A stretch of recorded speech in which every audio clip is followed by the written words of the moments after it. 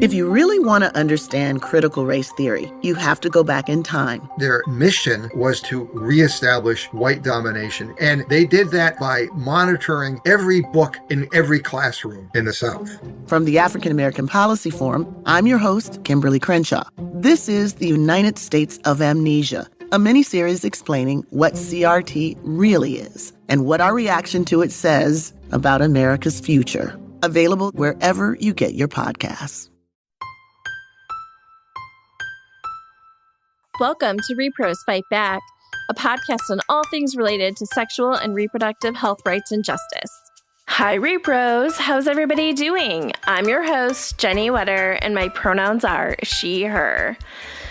So, y'all, it has been another chaotic week, and there are so many things happening, but I am going to focus on last weekend was my birthday. So I'm actually recording this before my birthday, so I don't know everything that happened, but I am looking forward to a fun weekend. Got lunch with some friends and having a really chill weekend before getting back into, like I said, I have a ton of things happening at work right now that are all happening all at once, and I just feel chaotic, and like my inbox is a disaster. Like I think dumpster fire does not do it justice.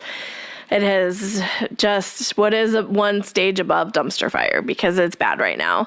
I'm trying to stay on top of it, but there are so many things competing for priorities at the moment that it just, I feel the chaos everywhere. But I'm looking forward to a fun birthday weekend, and I have some treats that have already arrived that I'm very excited to dig into and just have a nice birthday celebration.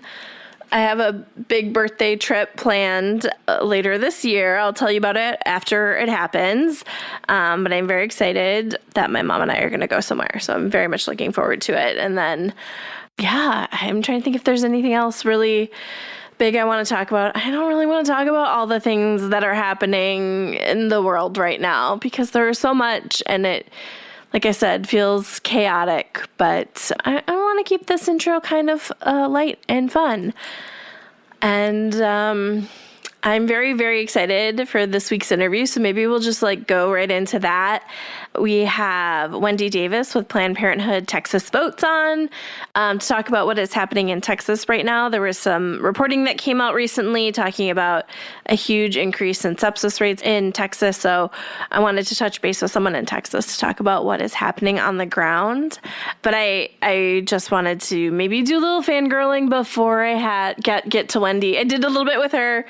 But if you are unfamiliar, Wendy Davis was a Texas state senator, and in 2013, I think, she had this really famous filibuster where she stood up for 13 hours to try and defeat a big abortion bill that was moving through the Texas legislature.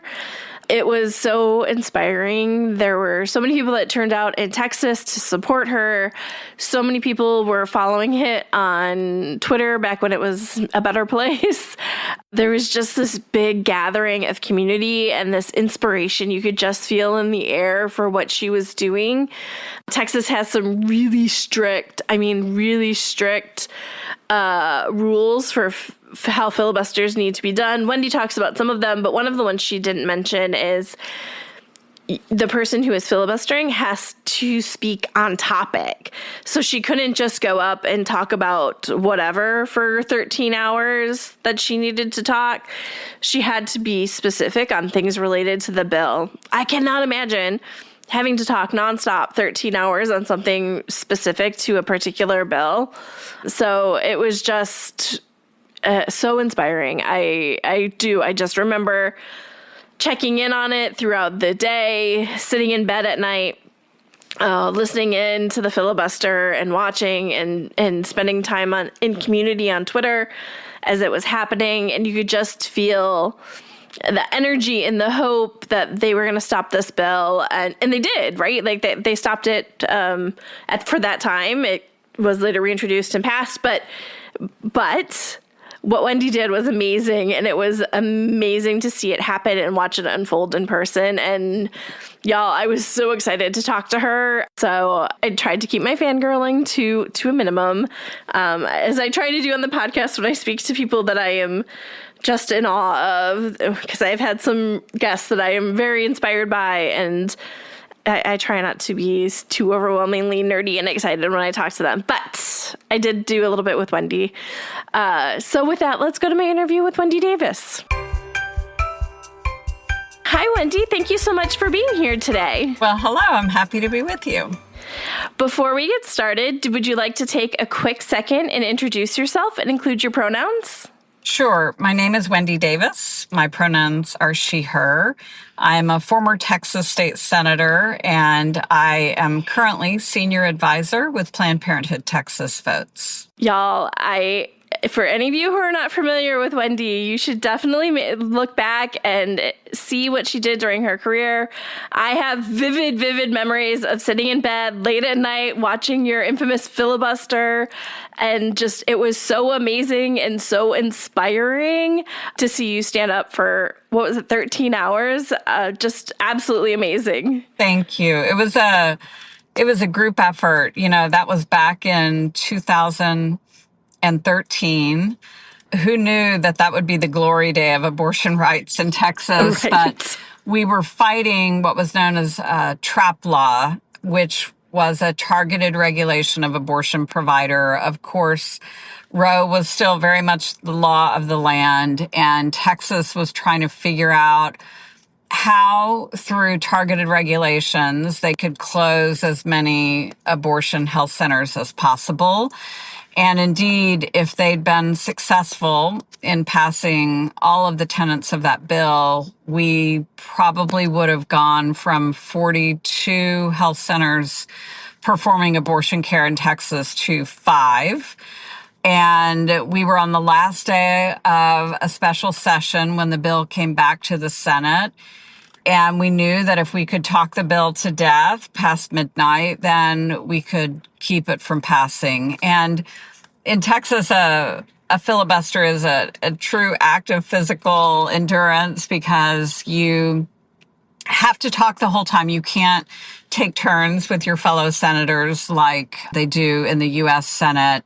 You can't sit, you can't lean on your desk, you can't leave the floor to go to the bathroom, you can't have a drink of water. Oh, I don't think I knew about the water or didn't remember the water. Yeah. So we had 13 hours ahead of us to try to defeat that bill. And when I say it was a group effort, I mean that very sincerely, because there were so many thousands of people who came to the Texas Capitol that day. It was the first time in history of the Texas Capitol that it had to be closed because it filled to capacity. And it was just such a beautiful reminder for me, a beautiful lesson for me of what can happen when we all decide to show up.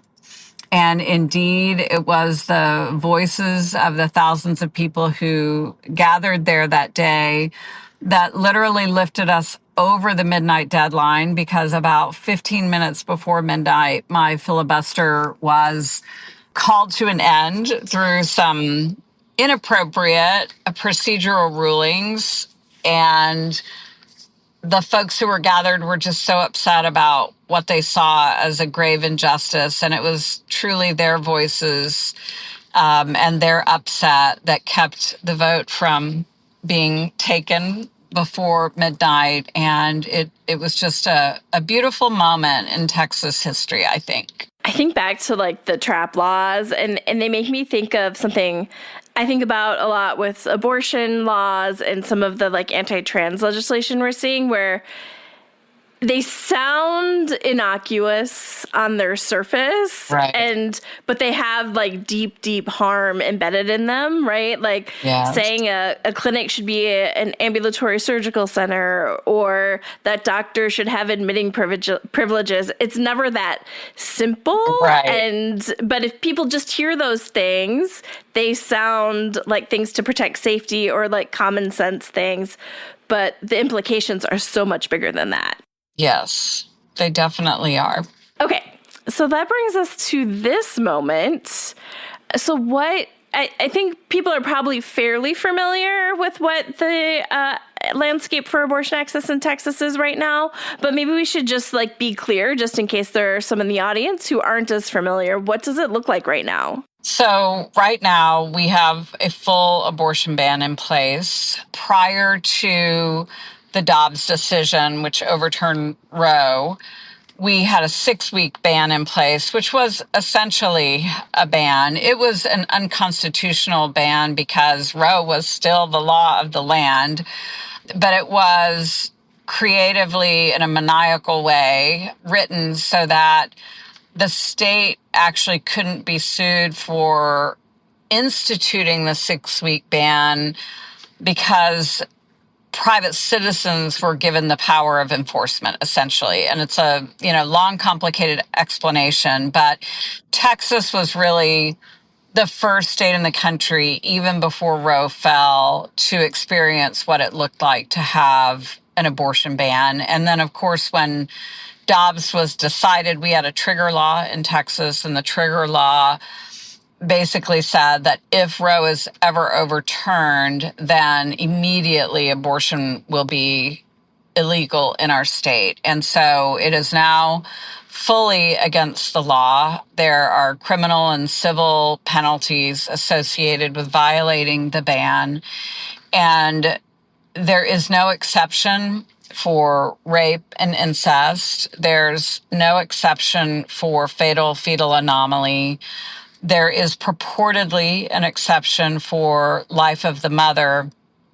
But what we've learned is that it's really not worth the paper that it's written on, because it's written vaguely enough that doctors and hospitals are so afraid of violating it because the penalties could be up to a life in prison. And what that means is that women in Texas who have needed crucial emergency abortion care have been denied it, to the point where we know that at least 3 women in our state have died, and many others have come close to death because their doctors have allowed them to become septic before they finally intervene and provide that care. And it's all, unfortunately, a consequence of the way the exception is written.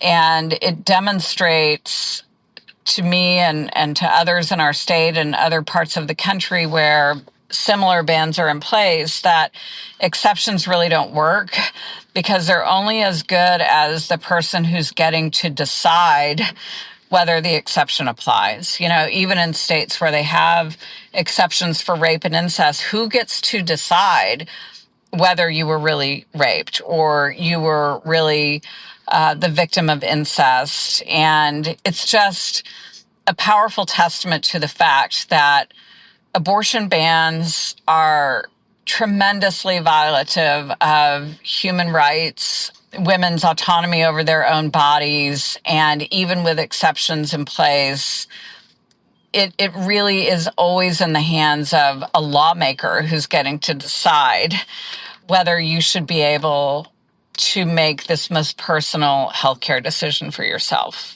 Yeah, there's the stories coming out of Texas. I mean, there's stories from multiple states, but I feel like there have been more out of Texas, probably because you have that extra 9 months or so with the ban in advance. Yes. Have just been heartbreaking. And I think one of the things, if there's any good that you can put on any of this, is I think the broader public is getting a better understanding of why abortion access is so important and why these exceptions aren't working.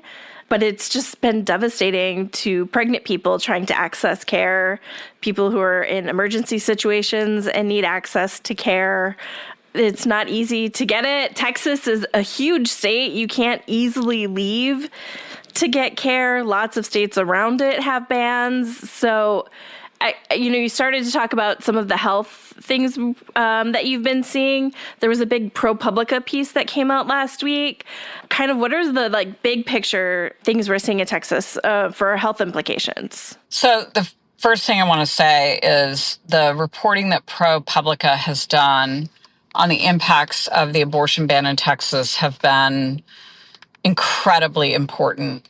We really didn't have any data, for example, about deaths that were associated with our abortion ban until ProPublica did the deep, hard work of requesting through public information requests data from hospitals all over the state to discover that women had actually died because they'd been denied miscarriage care. In all three instances, these were people whose fetus was not going to survive and who unfortunately were denied the care that they need to manage that and lost their lives. And in more than one situation, left behind families, left behind children, you know.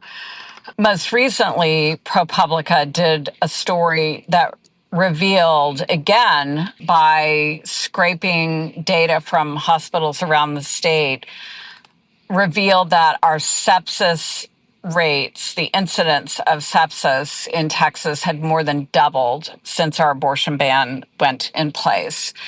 Interestingly, this data has actually been denied review by the Maternal Morbidity and Mortality Task Force in Texas, which is supposed to be the task force that studies maternal mortality, determines what the causes of that maternal mortality are, and makes recommendations about how we can do a better job of preventing maternal death.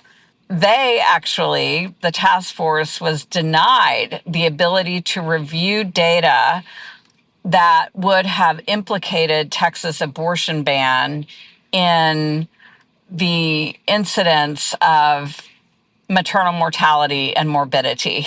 And so ProPublica put out a story that said the Texas legislature won't let the Maternal Mortality Task Force review this data, so we did it instead.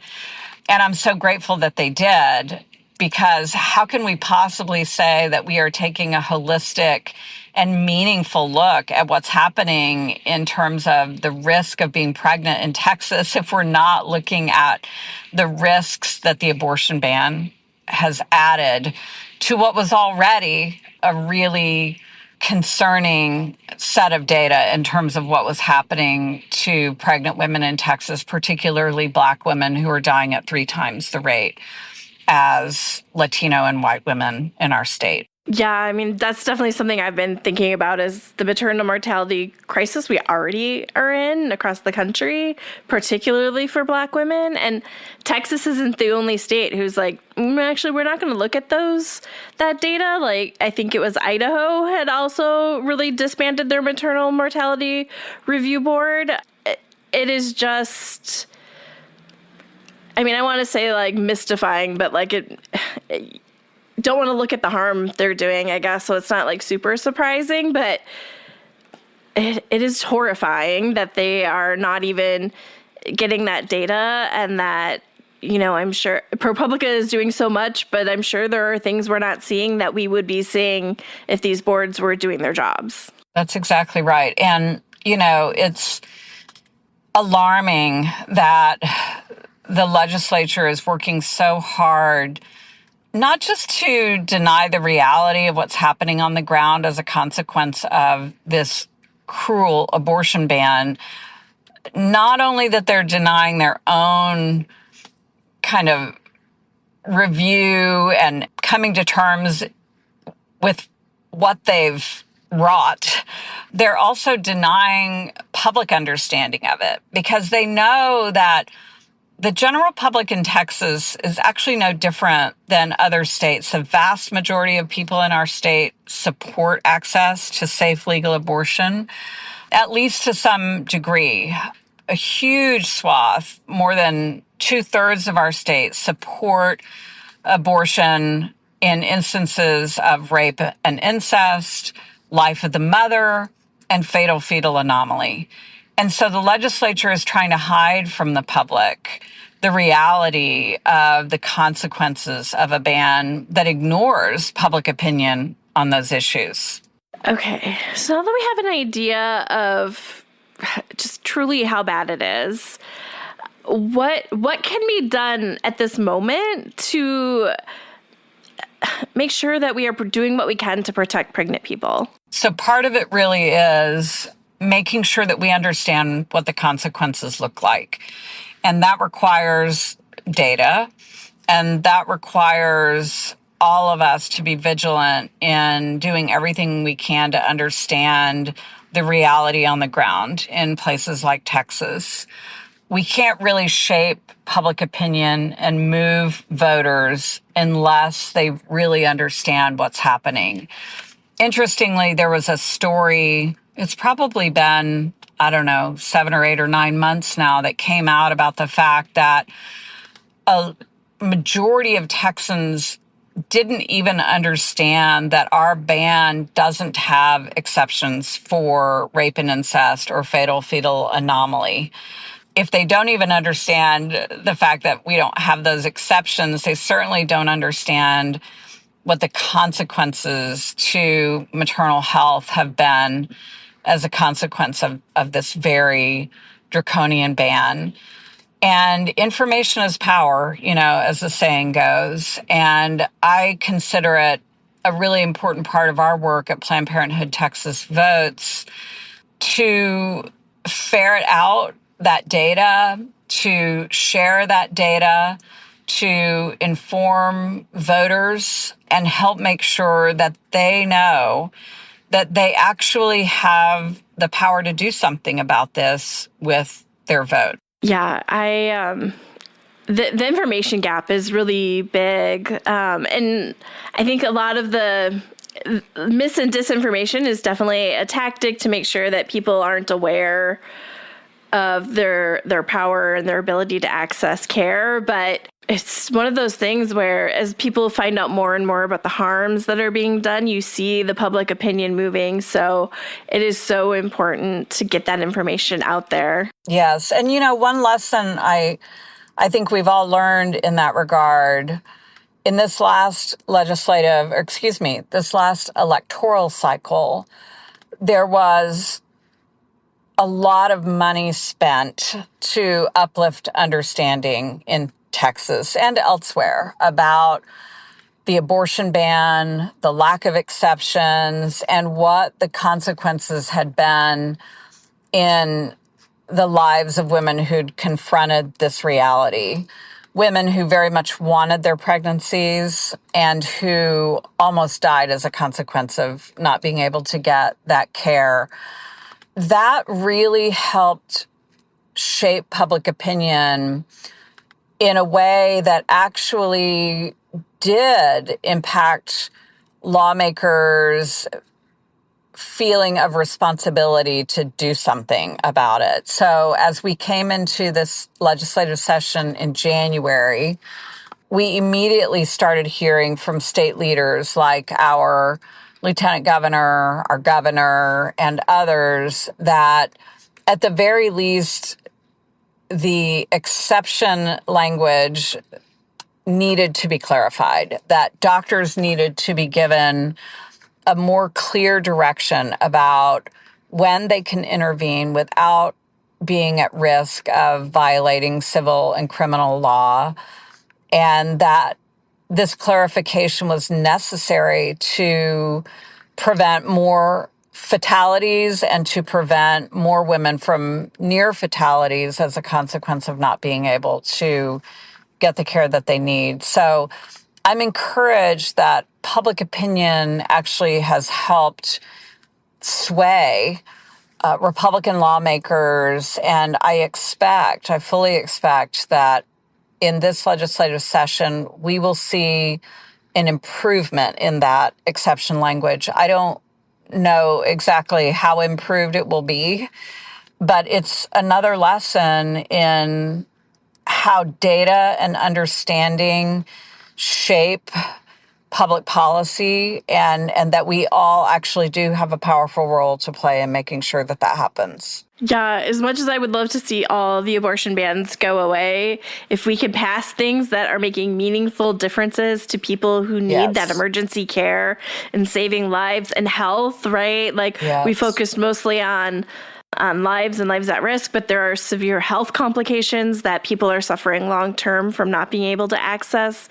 that care or loss of fertility. So if we can make a difference in that, like, that is huge. Yes. It's not all the things we want and need and have a right to, but like making that difference really will be meaningful for the people who are able to exercise their rights. No question. It will save lives. There's no question about it. So there was also another stat about underage people having to leave the state. Can you tell us a little bit about what that data was showing? Sure. Well, first I want to back up a little bit and just point out that there are a lot of great organizations on the ground in Texas and elsewhere who are doing everything they can to make sure that people who need to leave the state to get abortion care can do so.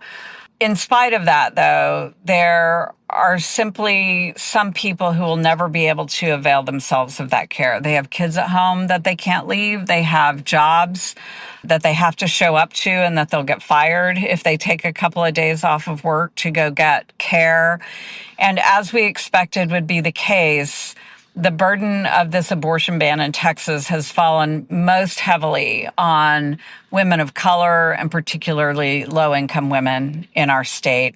And what that means over time, and certainly the data has proven this out, when people are denied access to abortion care, they tend to live in continued poverty, and that poverty tends to be generational in its impact. So it's not only cruel to the people who aren't able to access the care, it's so short-sighted from the economic well-being of your state and your country when you're denying people the ability to realize a brighter future for themselves and to be a stronger contributing member to the bottom line economy of your state. And we're going to see that play out over time in Texas and elsewhere. We're going to see the data that proves that point, that it actually hurts all of us. The other thing I think is important to point out as part of this conversation is that even people who think they support abortion bans are actually going to ultimately be at the receiving end of the consequence of these bans, because in Texas, we are losing OB-GYNs left and right who no longer want to practice medicine in our state, who are justifiably fearful of what might happen if they provide needed care to someone whose life is threatened by lack of access to abortion. And we're also losing medical students wanting to do their OB-GYN residencies in Texas because of the climate of fear that's been created in that practice of medicine here. And so over time, and it's already starting to happen, we already had a huge shortage of OB-GYN care deserts in more than half the counties of our state of 30 million people. Now that problem is only going to get worse and worse and worse. And so the impact is going to be felt by everyone, even people who very much desire their pregnancies and who support abortion bans. They're going to start feeling the consequence too. And then finally, to get back to the question that you were asking about, we also are seeing that the number of underage people who have had to leave our state to get abortion care has been alarming, and even more alarming and truly sickening are the number of under the age of 12 girls who have had to leave our state to get abortion care. I can't even imagine the trauma that is visited upon a girl who obviously has been the victim of rape and who now has to go to another state to get the care that she needs. And it just highlights the cruelty of these laws, and certainly the cruelty of not having exceptions that could apply to instances like that. And I hope it's a clarion call for people who think these bans are a good idea to understand what the human consequences of them are. Oh, this has made me think about like the one thing, like tying kind of all of this together, a little bit of what you just said of how Black and brown people are being the most impacted, low-income people, talking about those rural OBGYN deserts. And now we hear Congress talking about gutting Medicaid. Right. And like all of that is going to play into this and make everything so much worse. That's right. Because when you take healthcare away from people without means, you necessarily take away from them the ability to get contraceptive and family planning care. You take away from them the ability to plan their lives and futures. You take away from them the ability to provide for their families, to go to school, to get better jobs. And again, the long-term ripple impact of that is that you take away the vibrancy of your economic well-being in the state. And that hurts everybody. There's a saying that Hillary Clinton was fond of saying, when women do better, we all do better. And it is true that when we give people the opportunity individually to do better, their families do better, our communities do better, our employers do better, our economy does better, we all do better. And when we're at the whim of lawmakers who are attacking women's ability to thrive and succeed, which is very much what these abortion bans are about, at the end of the day, everybody suffers from that. Okay, so I always love to end the episode not just with what are all the problems, but ways to get the audience involved and how can the audience fight back. So what actions can people who are listening to this podcast or reading the transcript, how can they get involved? So a few things I would suggest in that regard. Number one, do some research. Use your ChatGPT and ask it to show you some information on what the consequences of these abortion bans have been, and then share it. Don't take for granted that people know how bad things really are. As I said, and as we've been talking about through this episode, information is power. And when we can inform people, we move people, and we activate people to help drive the change that we need to see. So something as simple as just doing a little bit of research, sharing it on your social media channels, sharing it with your friends and family and others in your community, it's really important. Secondly, especially if you live in a place like Texas, make sure that you're reaching out to the people who represent you, whether they're Democrat or Republican, and let them know how you feel about what's happening. I was a state senator for 6 years, and I can tell you that it matters when people call your office and tell you that they're upset about something. It matters when they're writing you emails and letters and postcards. It matters when they show up in your district office and demand that you meet with them and listen to their concerns. Those can be, I think, a little less comfortable for some people than others. Do whatever you feel is right for you in that regard. And then finally, I would say, get involved in lobbying. So, for example, in Texas, we, every other year when the Texas legislature is in session, Planned Parenthood Texas Votes and our healthcare affiliates throughout the state work together to quote unquote, pink out the Capitol.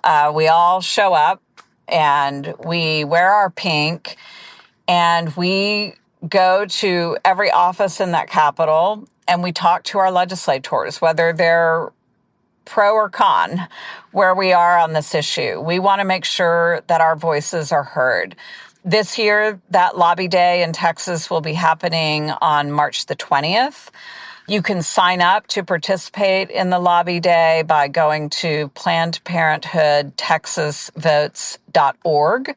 And there's a place there on our website where you can sign up to participate. You'll get information about, where to be, when to be. You'll get information about who to meet with, what to say, and you won't be alone. That's the great thing. And I think a lot of times people might feel uncomfortable walking into a legislator's office by themselves, but if they've got, a dozen people alongside them who are also being represented by that House member or that state senator going into the office, and they've got talking points with them, which of course we provide, it can feel actually quite empowering to do that. So I would encourage people, please participate March 20th in the Texas Capitol if you live in Texas.